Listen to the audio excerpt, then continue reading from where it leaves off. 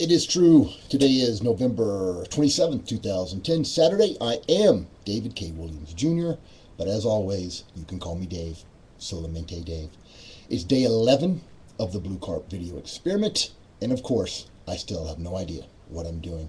Today's book recommendation is The Road to Serfdom by F.A. Hayek. Now, it's not an easy read. Stephen King perhaps could do a rewrite and make it more popular, but nevertheless it's very important for anyone that believes in small government and for anyone that inherently knows that Keynesians like Paul Krugman are just so full of crap. This book tells you exactly why they're full of crap and why they are wrong, have been wrong, and will always be wrong. Now, one thing you hear from progressives is how capitalism results necessarily in monopoly, and government power is therefore needed to break up that monopoly or to stop it from happening. But au contraire, mon frère, it is government force, including rules that prohibit entry or make the barrier to entry for new companies, that raise that barrier to entry, that is responsible largely for creating monopoly. Now, a quote from Hayek to illustrate this point. Anyone who has observed how aspiring monopolists regularly seek and frequently obtain the assistance of the power of the state to make their control effective can have little doubt that there is nothing inevitable about this development.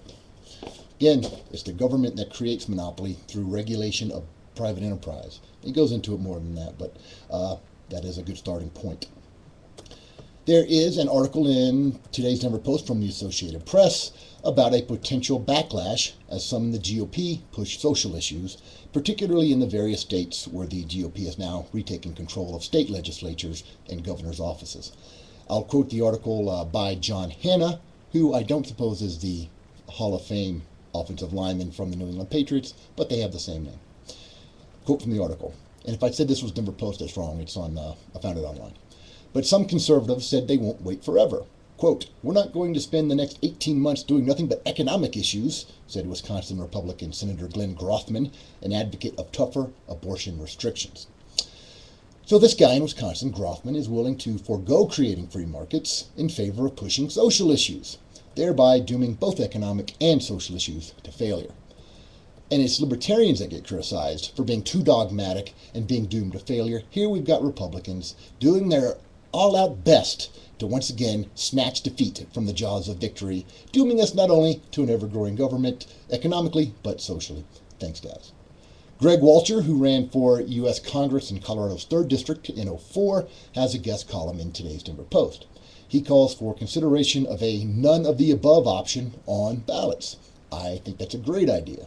The Libertarian Party always has that as an option for our internal elections. Now, as Walcher points out, sources as diverse as the Wall Street Journal and Ralph Nader advocate for a NOTA option. Get it? NOTA, none of the above.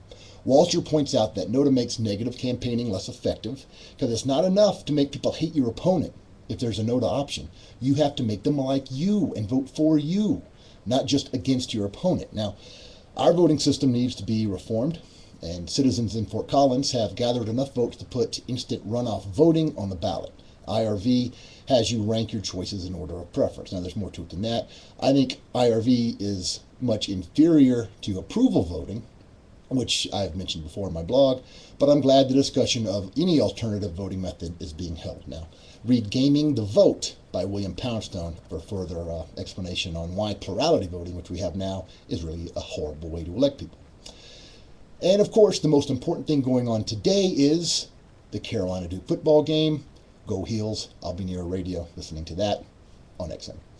I'm Dave Williams. I now have 29 subscribers on YouTube. Join them. Click the like button here on YouTube.